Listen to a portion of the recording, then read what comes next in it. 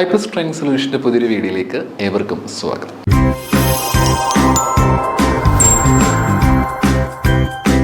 നമ്മൾ ഇന്ന് ഡിസ്കസ് ചെയ്യുന്നത് 10ാമത്തെ ചോദ്യം ആണ്, 10ാമത്തെ ക്വസ്റ്റ്യൻ ആണ്.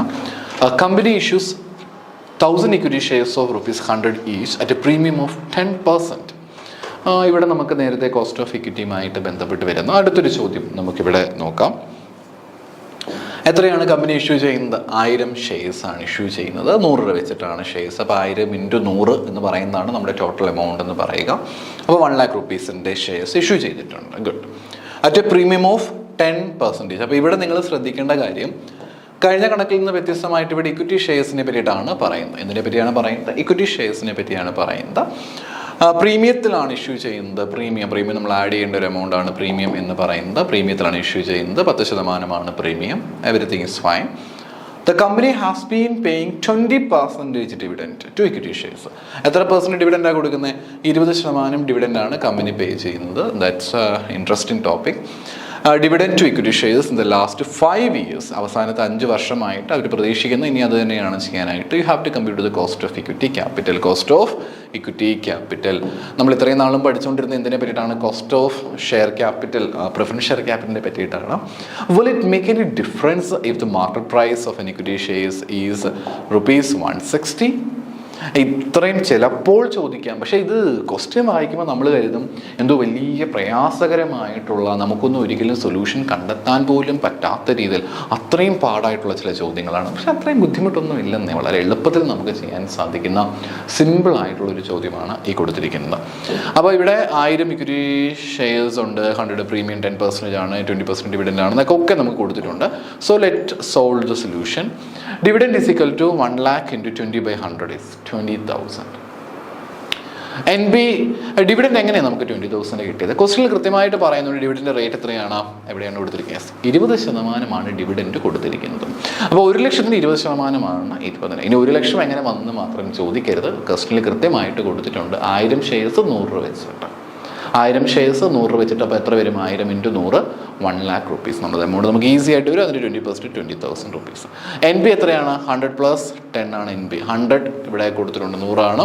അതിൻ്റെ 10% കൂടെ ആഡ് ചെയ്യണം. അപ്പോൾ 100-ൻ്റെ 10% എന്ന് പറയുമ്പോൾ 10 + 100 + 10 = 110 rupees ആണ് നമ്മുടെ NP എന്ന് പറയുന്നത്. അത് നമ്മൾ ചെയ്തു. ഇനി കെ എത്ര നമുക്ക് അറിഞ്ഞിരിക്കണം. K = D/NP ആണ് K എന്ന് പറയുന്നത്. കോസ്റ്റ് ഓഫ് ഇക്വിറ്റി ക്യാപിറ്റൽ കണ്ടുപിടിക്കുന്ന സിമ്പിൾ ഇക്വേഷൻ.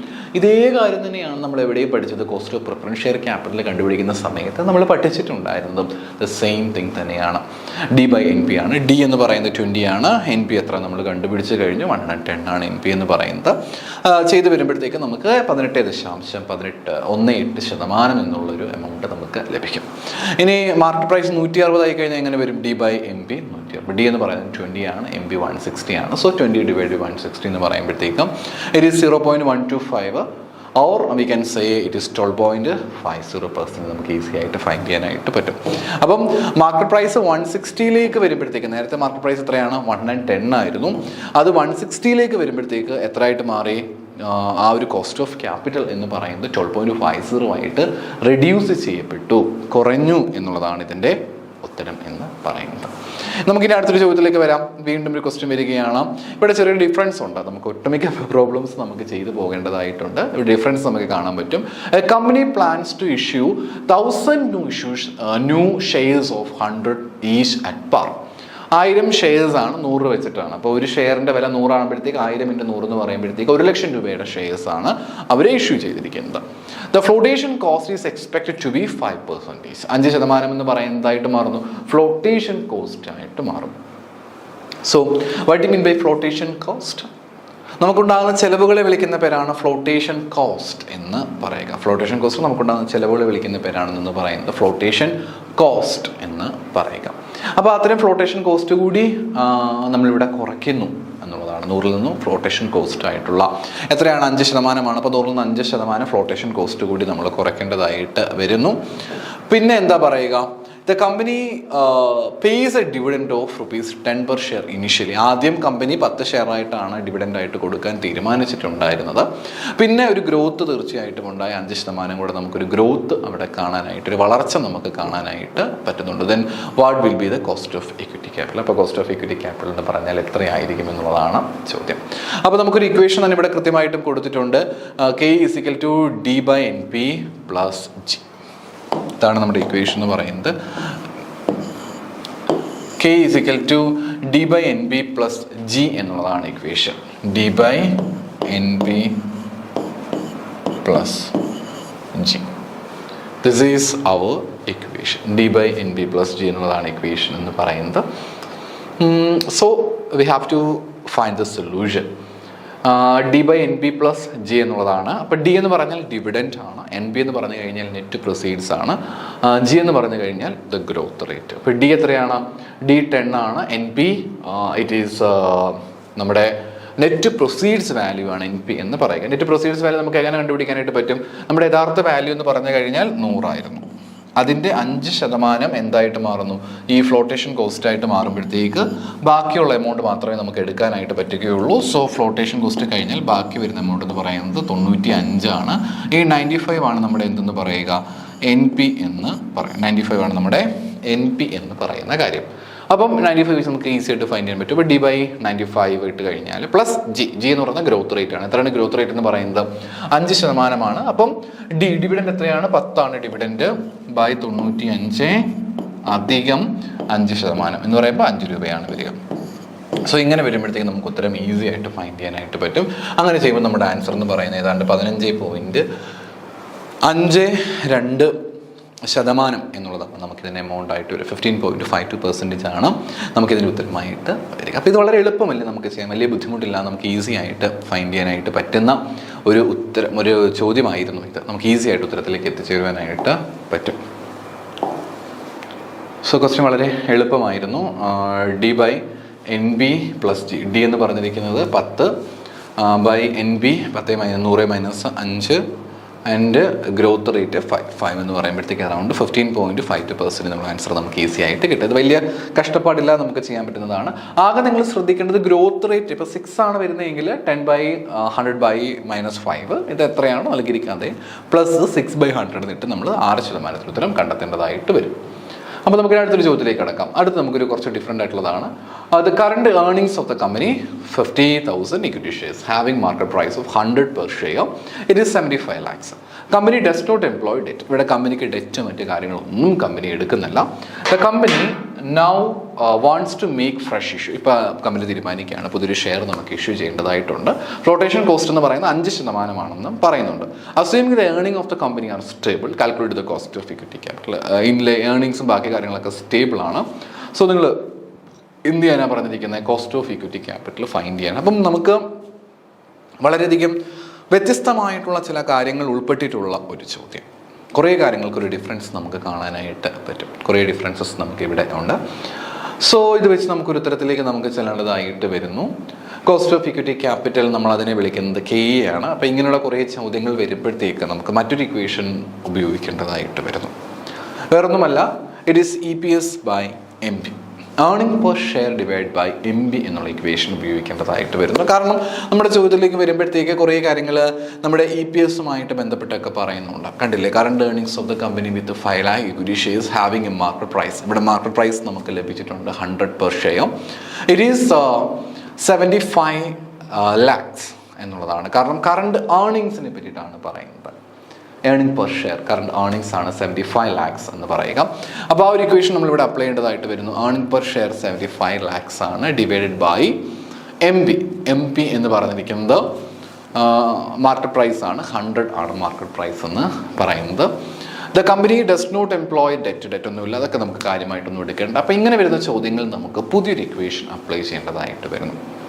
ഏതാണ് പുതിയ ഇക്വേഷൻ എന്ന് പറഞ്ഞിരിക്കുന്നത്? വേറൊന്നുമല്ല, it is EPS divide by MB. EPS നമുക്ക് കണ്ടുപിടിക്കാൻ വളരെ എളുപ്പമാണ്. EPS നമ്മൾ 75,000 എന്നുള്ളത് ഒരു ഷെയറിൻ്റെ റേറ്റ് വെച്ച് നമുക്ക് EPS കണ്ടുപിടിക്കണം. നമ്മുടെ ആകെയുള്ള ഏർണിങ്സ് എത്രയാണ്? 75 lakhs. ക്വസ്റ്റിൽ വ്യക്തമായിട്ട് കൊടുത്തിട്ടുണ്ട് 75 lakhs എന്നുള്ള കാര്യം. It is divided by number of equity shares. ആകെ എത്ര ഇക്വിറ്റി ഷെയർസ് ആണുള്ളത്? ആകെ എത്രയാണ് 5000 5 ലക്ഷം ഇക്വിറ്റി ഷെയർസ് ആണുള്ളത്. അപ്പം 75 lakhs divide by 5 lakhs is equal to ₹15. 15 രൂപയാണ് ഏർണിംഗ് പെർ ഷെയർ. ഒരു ഷെയറിൻ്റെ റേറ്റ് എന്ന് പറഞ്ഞിരിക്കുന്നത് 15 രൂപയാണെന്ന് ഓർക്കുക. ഈസിക്കൽ ടു, അപ്പോൾ നമുക്ക് EPS വളരെ എളുപ്പത്തിൽ കിട്ടി.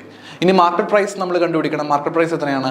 100 ഫ്ലോട്ടേഷൻ കോസ്റ്റ് 5%. അപ്പം 100-ൽ നിന്നും 5% നമ്മൾ കുറയ്ക്കണം.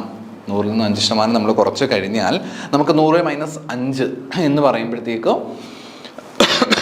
100 - 5 എന്ന് പറയുമ്പോഴത്തേക്ക് 95 ആണ് മാർക്കറ്റ് പ്രൈസ്. നമ്മൾക്ക് അല്ലെങ്കിൽ ഇതിനെ മറ്റൊരു വാക്കിൽ നമുക്ക് അറിയപ്പെടാൻ പറ്റും. നെറ്റ് പ്രൊസീഡ്സ് NP എന്നുള്ള വാക്കിൽ നമുക്ക് വേണമെങ്കിലും ഇതിനെ അറിയപ്പെടുവാനായിട്ട് സാധിക്കും. നിങ്ങൾ അത്രയൊന്നും ഗഹനമായിട്ട് പോയില്ലെങ്കിലും അറിഞ്ഞിരിക്കുക, മാർക്കറ്റ് പ്രൈസ് എന്നുള്ളൊരു വാചകമെങ്കിലും കൃത്യമായിട്ടും ഓർത്ത് വെക്കുക.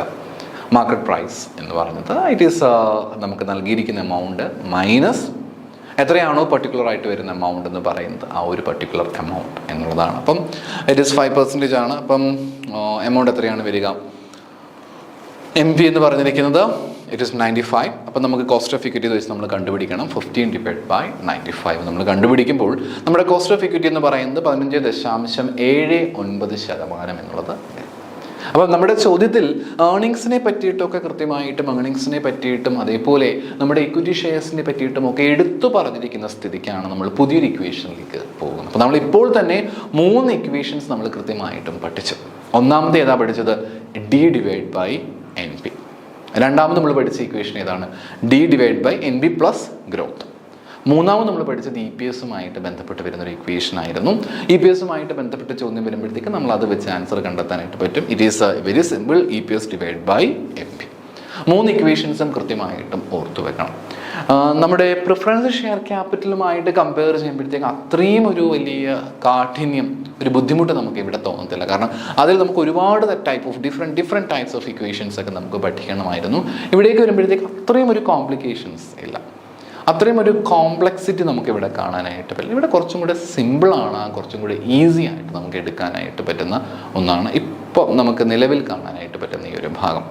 അപ്പം അതുകൊണ്ട് ഇവിടെ നിങ്ങൾ ആ 3 ഫോർമുല കൃത്യമായിട്ടും ഓർത്ത് വെച്ച് ഓരോ ചോദ്യത്തിനും ഏത് ഫോർമുലയാണ് ആപ്ലിക്കബിൾ ആണെന്ന് മനസ്സിലാക്കി അതനുസരിച്ച് നിങ്ങൾ കാര്യം ചെയ്യുവാണെങ്കിൽ വളരെ എളുപ്പത്തിൽ നിങ്ങൾക്ക് ഉത്തരത്തിലേക്ക് എത്തുവാനായിട്ട് പറ്റും.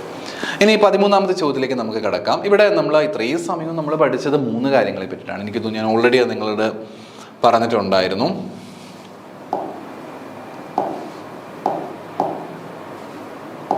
നോക്കട്ടെ, ഞാനിവിടെ എഴുതിയിട്ടുണ്ടായിരുന്നു ഞാൻ കരുതുന്നത്. യെസ്, ഇപ്പം ഞാൻ ഓൾറെഡി പറഞ്ഞു കഴിഞ്ഞു 3 കാര്യങ്ങളിൽ. ഒന്ന്, ഡെറ്റുമായിട്ട് ബന്ധപ്പെട്ട കാര്യം നമ്മൾ പഠിച്ചു കഴിഞ്ഞു, പ്രിഫറൻസുമായിട്ട് ബന്ധപ്പെട്ട കാര്യങ്ങൾ നമ്മൾ പഠിച്ചു, പിന്നെ ഇതുമായിട്ട് ബന്ധപ്പെട്ട് പഠിച്ചു, ഇക്വിറ്റി ഷെയർസുമായിട്ട് ബന്ധപ്പെട്ട കാര്യങ്ങളും പഠിച്ചു. ഇനി നമുക്ക് ഒരേ ഒരു ആൾ മാത്രമേ ബാക്കിയുള്ളൂ. ആരാണ് നമുക്ക് ബാക്കിയുള്ളത്? റിട്ടേൺഡ് ഏർണിങ്സും കൂടെ മാത്രമേ ബാക്കിയുള്ളൂ. അപ്പോൾ റിട്ടേൺ ഏർണിങ്സുമായിട്ട് ബന്ധപ്പെട്ട് വരുന്ന ഒരു ചോദ്യം നമുക്ക് നോക്കാം. എവിടെയാണ് 13ാമത്തെ ക്വസ്റ്റ്യൻ? എന്താണ്? A firm's cost of equity capital is 15%. Average tax rate applicable to shareholders is 40%, and 2% brokerage is expected by the shareholders while investing their dividend in alternative investments. Okay, ഒരുപാട് കാര്യങ്ങളെ പറ്റിയിട്ട് കൃത്യമായിട്ടും ഇവിടെ പറയുന്നുണ്ട്. ഒന്ന്, കോസ്റ്റ് ഓഫ് ഇക്വിറ്റി എന്ന് പറഞ്ഞിരിക്കുന്നത് 15%. Average tax rate എന്ന് പറയുമ്പോഴത്തേക്ക് ഷെയർ ഹോൾഡേഴ്സിന് കൊടുക്കുന്നത് 40% ആണ്. ആവറേജ് ടാക്സ് റേറ്റ് എന്ന് പറയുന്നത് 40% ആണ്. ഷെയറിന് 2% ബ്രോക്കറേജ് കൂടി വരുന്നുണ്ട്. അങ്ങനെയാണെങ്കിൽ what is the cost of return earnings? അങ്ങനെയാണെങ്കിൽ എത്രയായിരിക്കും കോസ്റ്റ് ഓഫ് റിട്ടേൺ ഏർണിങ്സ് എന്ന് പറയുന്നത്? കോസ്റ്റ് ഓഫ് റിട്ടേൺ ഏർണിങ്സ് കണ്ടുപിടിക്കാനുള്ള ഇക്വേഷൻസ് വളരെ സിമ്പിളായിട്ട് നമുക്ക് ഓർത്ത് വെക്കാനായിട്ട് പറ്റും. കോസ്റ്റ് ഓഫ് റിട്ടേൺ ഏർണിങ്സ് കണ്ടുപിടിക്കാനുള്ള സിമ്പിൾ ആണ്. It is KE is equal to 1 - T into 1 - B. KR is equal to KE into അല്ലേ? KR is equal to KE into 1 - T into 1 - B. ഇതിൽ T എന്ന് പറഞ്ഞു കഴിഞ്ഞാൽ ടാക്സ് റേറ്റ്.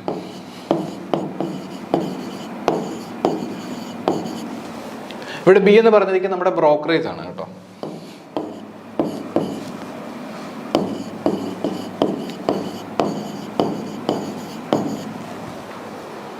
ഇനി കണ്ടുപിടിക്കുക എളുപ്പമല്ലേ? കോസ്റ്റ് ഓഫ് ഇക്വിറ്റി എന്ന് പറയുമ്പോഴത്തേക്ക് നമുക്ക് ആകെയുള്ള കോസ്റ്റ് എത്രയാണ്? കോസ്റ്റ് ഓഫ് ഇക്വിറ്റി എന്ന് പറയുമ്പോഴത്തേക്ക് ഇക്വിറ്റി ഷെയർ ക്യാപിറ്റൽ 15% ആണ്. നമ്മൾ ഈ 15% കൺവേർട്ട് ചെയ്യുമ്പോഴത്തേക്ക് 15% നമ്മൾ 1ലേക്ക് കൺവേർട്ട് ചെയ്യുമ്പോഴത്തേക്ക് എത്രയായിട്ട് മാറുന്നു? 15 1ലേക്ക് കൺവേർട്ട് ചെയ്യുമ്പോഴത്തേക്ക് 0.15 ആയിട്ട് മാറുന്നു. 0.15 0.15 ആയിട്ട് മാറും. സോ 0.15 നമുക്ക് കിട്ടുന്നുണ്ട്. കോസ്റ്റ് ഓഫ് ഇക്വിറ്റി എന്ന് പറയുമ്പോഴത്തേക്ക് 0.15 ആണ്. 0.15 ഇൻറ്റു ആവറേജ് ടാക്സ് റേറ്റ് എന്ന് പറയുമ്പോൾ നമ്മൾ ചെയ്യേണ്ടത് cost of equity into 1 - T tax റേറ്റുമായിട്ട് ബന്ധപ്പെട്ട കാൽക്കുലേഷൻസ് ആണ്. 1 - T എത്രയാണ് നമുക്ക് നൽകിയിരിക്കുന്നത്? T is 40%. അതിനെ നമ്മൾ കൺവേർട്ട് ചെയ്യുമ്പോഴത്തേക്ക് 0.40 ഇൻറ്റു 1 - B എത്രയാണ്? 2%. 2% നമ്മൾ കൺവേർട്ട് ചെയ്യുമ്പോഴത്തേക്കായിട്ട് 0.0. ഇത്ര നമുക്ക് ചെയ്ത് വരുമ്പോഴത്തേക്ക് എത്ര വരും ആൻസർ? 0.15 ആണ്. 0.15 ഇൻറ്റു 1 - 0.40. 1 - 0.40 എന്ന് പറയുമ്പോഴത്തേക്ക് it 0.60 into 1 - 0.02 is equal to 0.98. So answer will be around 0.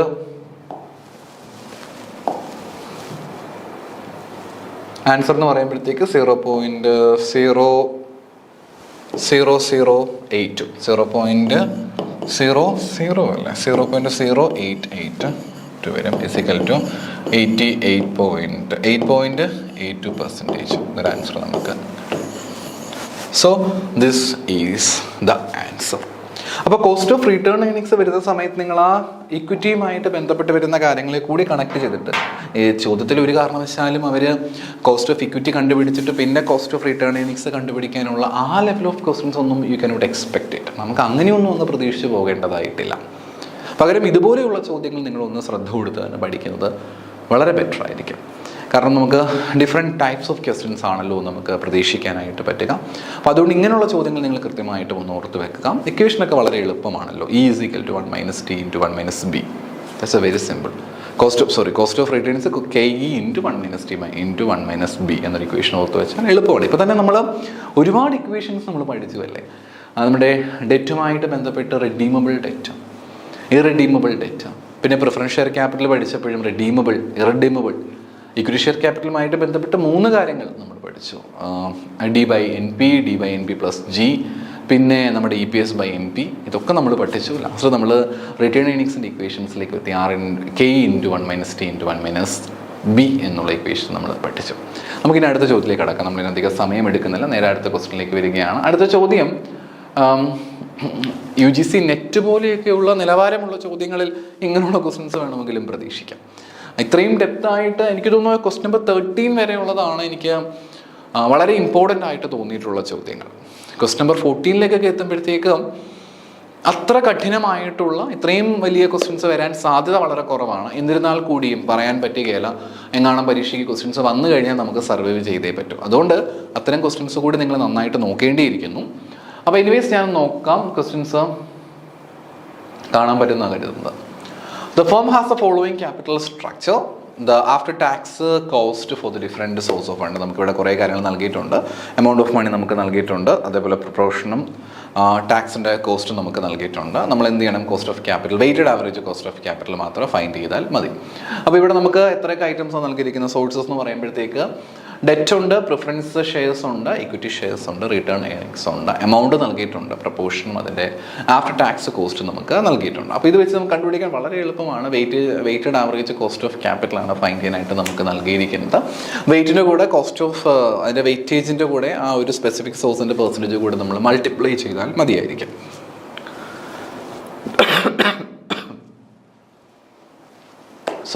അപ്പോൾ നമുക്ക് അതനുസരിച്ച് ആൻസറിലേക്ക് എത്താനായിട്ട് പറ്റും.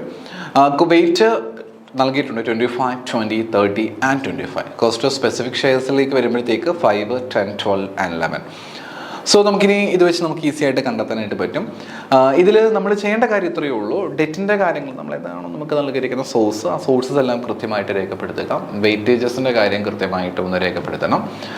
അതിനുശേഷം സ്പെസിഫിക് കോഴ്സിൻ്റെ ആ പെർസെൻറ്റേജ് കൂടി ഒന്ന് കാണുക. സോ ഇവിടെ നമുക്ക് ചെയ്യേണ്ട കാര്യം വെയിറ്റേജ് എന്ന് പറയുമ്പോൾ 25, അതേപോലെ സ്പെസിഫിക് സോഴ്സ് വെച്ചിട്ടാണ് കണ്ടുപിടിക്കേണ്ടത്.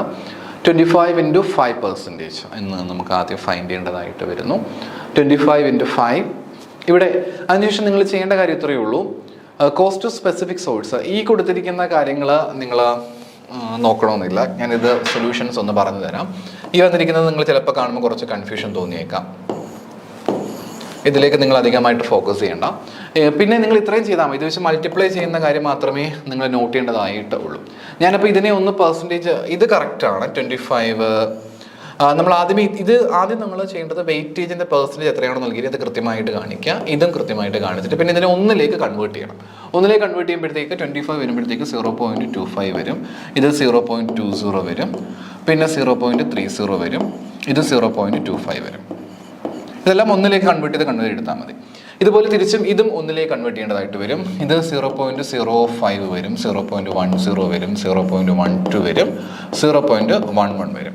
പിന്നെ ഇത് കണ്ടുപിടിക്കാം, 1.25 കണ്ടുപിടിക്കുന്നത് എങ്ങനെയാണെന്ന് വെച്ച് കഴിഞ്ഞാൽ 0.25 ഇൻറ്റു 0.05 ഇൻറ്റു ഇത് രണ്ടും കൂടെ ഇൻറ്റു ചെയ്ത ശേഷം 100 കൊണ്ട് മൾട്ടിപ്ലൈ ചെയ്യുക. എങ്കിൽ നമുക്ക് എത്ര കിട്ടും? 1.25 എന്ന ആൻസർ നമുക്ക് കിട്ടും.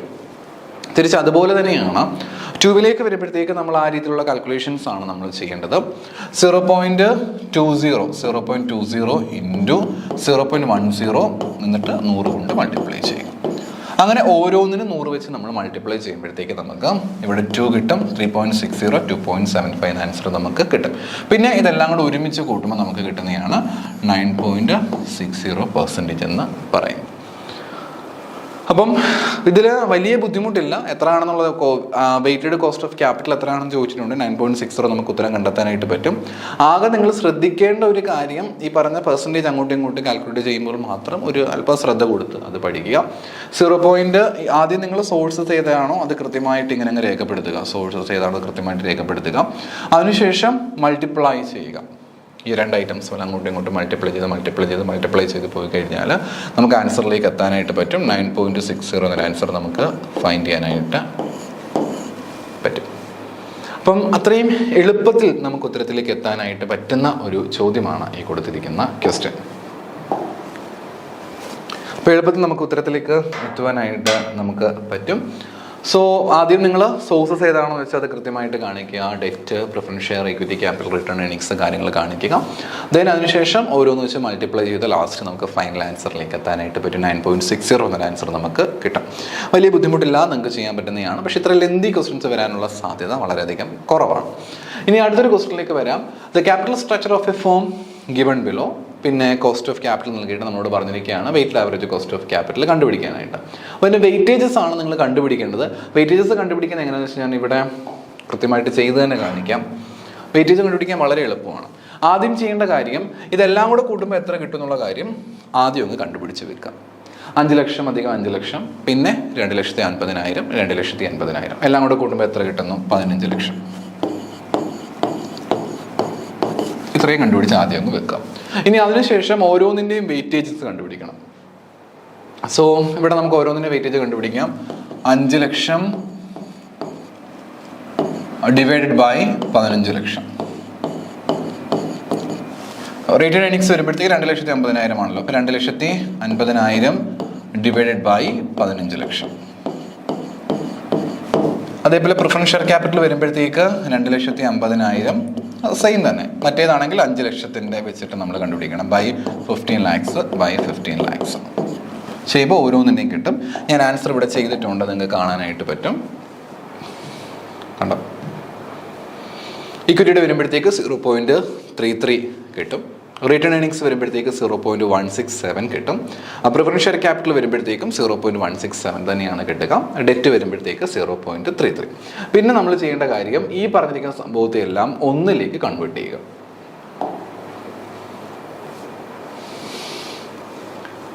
20% അത് ഒന്നിലേക്ക് കൺവേർട്ട് ചെയ്യുമ്പോൾ എത്ര വരും?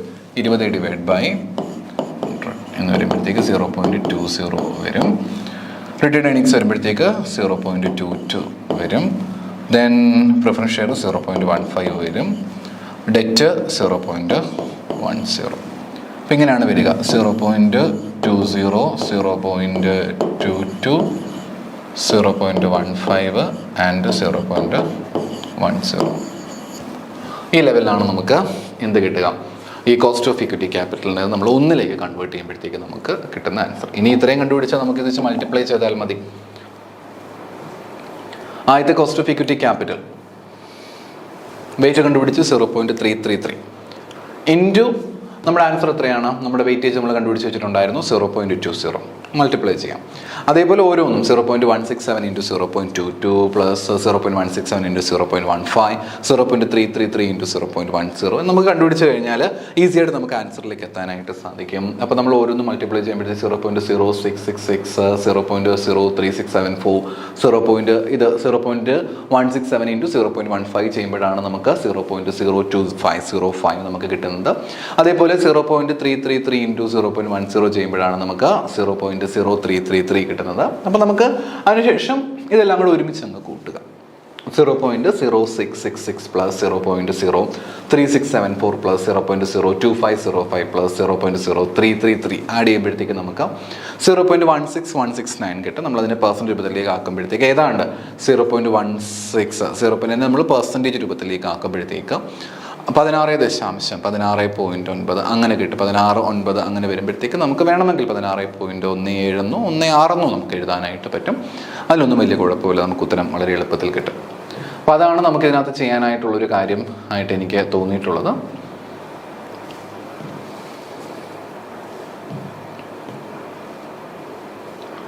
സോ അത്രയേ ഉള്ളൂ എനിക്ക് അതിൽ പറയാനായിട്ടുള്ളത്. ഇനി അതിൽ നിന്ന് മാറി 16ാമത്തെ ചോദ്യത്തിലേക്ക് വരാം. ക്വസ്റ്റ്യൻ ഏതാണ്ടൊക്കെ സെയിം തന്നെയാണ് വരുന്നത്, കുറച്ച് വ്യത്യാസങ്ങളേ ഉള്ളൂ. ക്വസ്റ്റ്യൻ രീതി വ്യത്യാസമില്ല. പക്ഷേ ഇവിടേക്ക് വരുമ്പോഴത്തേക്ക് മാർക്കറ്റ് വാല്യൂവിൻ്റെ കാര്യത്തിൽ മാത്രം ഒരു ചെറിയ വ്യത്യാസം കൊടുത്തിട്ടുണ്ട്. ഇക്വിറ്റി ഷെയർ ക്യാപിറ്റലും റിട്ടേൺ ഏർണിങ്സും കൂടെ ചേരുമ്പോൾ മാർക്കറ്റ് വാല്യൂ എന്ന് പറയുന്നത് 12 ലക്ഷമായിട്ടാണ് കൊടുത്തിരിക്കുന്നത്. പ്രിഫറൻസ് ഷെയർ ക്യാപിറ്റലിൻ്റെ കാര്യം 3 ലക്ഷം രൂപയും അതേപോലെ ഡെറ്റിൻ്റെ കാര്യത്തിലേക്ക് വരുമ്പോഴത്തേക്ക് 4,50,000 വരിക. അപ്പോൾ ഇതിൻ്റെ വെയിറ്റേജസ് നമ്മൾ കണ്ടുപിടിക്കേണ്ടതായിട്ട് വരും. അപ്പോൾ ഇതിൽ നമുക്ക് ആകെ സംശയം വരുന്നത് രണ്ടും കൂടി ഇക്വിറ്റി ഷെയർ ക്യാപിറ്റൽ പ്രത്യേകമായിട്ടും റിട്ടേൺ ഏർണിങ്സ് സെപ്പറേറ്റ് ആയിട്ടും നമുക്ക് നൽകേണ്ടതാണ്. എങ്കിൽ മാത്രമേ നമുക്ക് ആഡ്വക്കേറ്റ് ആയിട്ടുള്ള വെയിറ്റേജസ് കൊടുത്തുകൊണ്ട് ഉത്തരത്തിലേക്ക് എത്തിച്ചേരുവാൻ പറ്റുകയുള്ളൂ. പക്ഷേ ഇവിടെ അങ്ങനെയല്ല കൊടുത്തിരിക്കുന്നത്.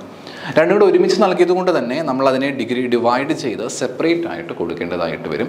നമുക്ക് എങ്ങനെയാണ് ഇതിനെ സെപ്പറേറ്റ് ആയിട്ട് കൊടുക്കാനായിട്ട് സാധിക്കുക? നമുക്ക് റേഷ്യോ യൂസ് ചെയ്യാനായിട്ട് പറ്റും. 2:1 എന്നുള്ള റേഷ്യോ ആണ് നമുക്ക് യൂസ് ചെയ്യാൻ പറ്റുന്നത്.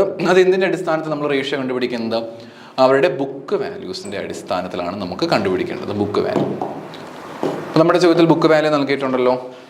യെസ്, ഇവിടെ നോക്കി ഉണ്ടോ? ഇക്വിറ്റി ഷെയർ ക്യാപിറ്റൽ 5 ലക്ഷമാണ് ബുക്ക് വാല്യൂ. അതേപോലെ റിട്ടേൺ ഏർണിങ്സിലേക്ക് വരുമ്പോഴത്തേക്ക് 2,50,000 വാല്യൂ എന്ന് പറയുന്നത്. അപ്പോൾ നമ്മളതിനെ ബുക്ക് വാല്യൂയിലേക്ക് മാറ്റുമ്പോഴത്തേക്ക് നമുക്ക് റേഷ്യോ കിട്ടും. ഇറ്റ് ഇസ് 2:1 എന്ന റേഷ്യോ കിട്ടും. ബാക്കിയെല്ലാം ആസ് യൂഷ്വൽ നമ്മൾ ചെയ്യുന്ന പോലെ അങ്ങ് ചെയ്തു പോയാൽ മാത്രം മതി. ആദ്യം ചെയ്യേണ്ട കാര്യം നമ്മൾ സോഴ്സസ് എല്ലാം കൃത്യമായിട്ടും രേഖപ്പെടുത്തണം. പിന്നെ എമൗണ്ട് ഓഫ് മണി എത്രയാണോ നമ്മുടെ മാർക്കറ്റ് വാല്യൂ ഇവിടെ നൽകിയിട്ടുണ്ട്. മാർക്കറ്റ് വാല്യൂ എന്ന് പറയുമ്പോൾ ഇക്വിറ്റി ഷെയർ ക്യാപിറ്റൽ 8 ലക്ഷവും മറ്റേത് 4 ലക്ഷവുമാണ്. ബാക്കി എല്ലാത്തിൻ്റെയും മാർക്കറ്റ് വാല്യൂ നമുക്ക് നൽകിയിരിക്കുന്നു, അതേപോലെ തന്നെ രേഖപ്പെടുത്തുക. പിന്നെ വെയിറ്റേജിൻ്റെ പ്രപ്പോർഷൻ കണ്ടുപിടിക്കണം. പ്രപ്പോർഷൻ കണ്ടുപിടിക്കുക എളുപ്പമാണല്ലോ. നമ്മൾ നേരത്തെ പഠിച്ചതുപോലെ തന്നെ 15 ലക്ഷം 5 ലക്ഷം ഡിവൈഡ് ബൈ 15 ലക്ഷം. എങ്ങനെയാണ് 15 ലക്ഷം കിട്ടിയത്? 5 ലക്ഷം 5 ലക്ഷം പിന്നെ 2,50,000 2,50,000 കൂടെ കൂട്ടുമ്പം 15 ലക്ഷം കിട്ടുക. അപ്പോൾ 5 ലക്ഷം ഡിവൈഡ് ബൈ 15 ലക്ഷം ചെയ്യുമ്പോൾ നമുക്ക് എത്ര കിട്ടും? 0.410 കിട്ടും. അതുപോലെ ഓരോന്നിൻ്റെയും നമ്മൾ ഫൈൻഡ് ചെയ്യേണ്ടതായിട്ട് വരും. പ്രപ്പോർഷൻ വെയിറ്റേജസ് നമ്മൾ കണ്ടുപിടിക്കേണ്ടതായിട്ട് വരും. സോറി, അവിടെ ഒരു മിസ്റ്റേക്ക് പറ്റിയിട്ടുണ്ട്. 5 ലക്ഷം എടുക്കരുത്, ഇവിടെ എടുക്കാൻ പാടുള്ളൂ. അതായത് 8 lakh divide by 90,50,000 4 lakh divide by 90,50,000 ചെയ്യുമ്പോൾ 0.205 കിട്ടും. അങ്ങനെ ഓരോന്നിൻ്റെയും 3 ലക്ഷത്തെ 19,50,000 ഡിവൈഡ് ചെയ്യുമ്പോൾ നമുക്ക് കിട്ടുന്നതാണ് 0.154. അതുപോലെ തന്നെ 4,50,000 നമ്മൾ 19,50,000 ഡിവൈഡ് ചെയ്യുമ്പോൾ നമുക്ക് കിട്ടുന്നതാണ് 0.231 എന്ന് പറയുക. മറ്റതിലേക്ക് പോകരുത് കേട്ടോ, അത് അബദ്ധം പറ്റിയതാണ്. മാർക്കറ്റ് വാല്യൂ നൽകിയ സ്ഥിതിക്ക് മാർക്കറ്റ് വാല്യൂ മാത്രമേ എടുക്കാനായിട്ട് പാടുള്ളൂ. അത് വെച്ചുകൊണ്ട് നിങ്ങൾ പ്രപ്പോർഷൻ ഫൈൻഡ് ചെയ്യേണ്ടതായിട്ട് വരും. പ്രപ്പോർഷൻ നിങ്ങൾ ഫൈൻഡ് ചെയ്യേണ്ടതായിട്ട് വരും. ദെൻ കോസ്റ്റ് നമ്മളിവിടെ നേരത്തെ ചെയ്തതുപോലെ തന്നെ നമ്മൾ കണ്ടുപിടിക്കണം. 20 നമ്മൾ 1 മാറ്റുമ്പോൾ 0.20 0.22 0.15 0.10 എന്ന വെയിറ്റേജ് നമുക്ക് കിട്ടും. അപ്പോൾ അതെല്ലാം നമ്മൾ കൃത്യമായിട്ട് ഇവിടെ രേഖപ്പെടുത്തിയിട്ട് പിന്നെ ഇത് രണ്ടും കൂടെ അങ്ങ് മൾട്ടിപ്ലൈ ചെയ്ത് വെച്ചാൽ മതിയായിരിക്കും. 0.410 ഇൻറ്റു 0.20 നമുക്ക് ചെയ്യുമ്പോൾ ഉത്തരം കിട്ടും. അങ്ങനെ കിട്ടുന്ന എല്ലാ ആൻസറോട് ഒരുമിച്ച് കൂട്ടുമ്പോൾ 0.1733 എന്ന ആൻസർ നമുക്ക് ഫൈൻഡ് ചെയ്യാനായിട്ട് പറ്റും. അപ്പോൾ ഈ രീതിയിലാണ് നമുക്ക് കോസ്റ്റ് ഓഫ് ക്യാപിറ്റൽ കണ്ടെത്താൻ പറ്റുക. നന്നായിട്ട് പഠിക്കുക. മറ്റൊരു വീഡിയോയുമായി നമുക്ക് വീണ്ടും കാണാം. Thank you.